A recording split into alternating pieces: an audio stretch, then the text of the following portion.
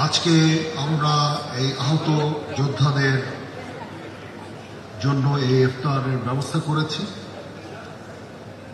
এটার উদ্দেশ্য হচ্ছে সবাইকে মনে করিয়ে দেওয়া যে আমরা সবসময় তাদের পাশে থাকব, তাদের সাথেই থাকব।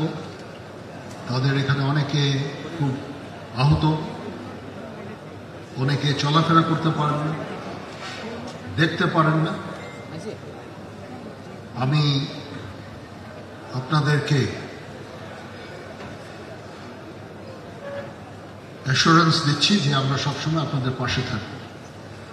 আজকে এই ইফতার আয়োজন এবং আপনাদের যে আর্থিক সহায়তা ভবিষ্যতে দেওয়া হবে, আজকেও কিছু কিছু করে আমরা দিব। এর উদ্দেশ্য একটাই, এটার জন্য এই যে আমাদের বিজনেস এন্টারপ্রেনার, ব্যাংকার্সরা তারাও এখানে উপস্থিত হয়েছেন।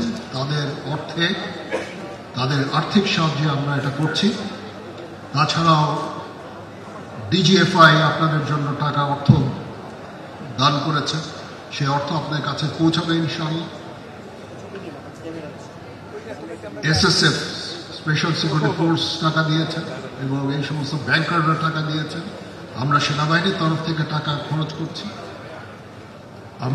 আমরা আজ পর্যন্ত 4200-র উপরে আহতদের চিকিৎসা আমরা দিয়েছি এবং দিয়ে যাচ্ছি। আমাদের এই সাহায্য সহযোগিতা, সবার এই সাহায্য সহযোগিতা সবসময় জারি থাকবে ইনশাআল্লাহ। আমরা চেষ্টা করব আপনাদের একটা রিহ্যাবিলিটেশনের জন্য, সেই দিকেই ইনশাআল্লাহ আমরা চেষ্টা করে যাব এবং এই আর্থিক সাহায্য সহযোগিতা সবসময় আপনাদের প্রতি আমাদের জারি থাকবে ইনশাআল্লাহ। তো আপনারা কখনো মনোবল হারাবেন না। মনোবল হারানোর কিছু নাই। আপনারা জাতির কৃতি সন্তান। আপনারা এই দেশ এবং জাতির জন্য অনেক কিছু ত্যাগ করেছেন। আমি আপনাদের অভিনন্দন জানাচ্ছি, আপনাদের প্রতি কৃতজ্ঞতা জানাচ্ছি এবং আপনাদেরকে এই অ্যাসুরেন্স দিচ্ছি যে আমরা সবসময় আপনাদের পাশে থাকবো ইনশাআল্লাহ। সবাই ভালো থাকেন।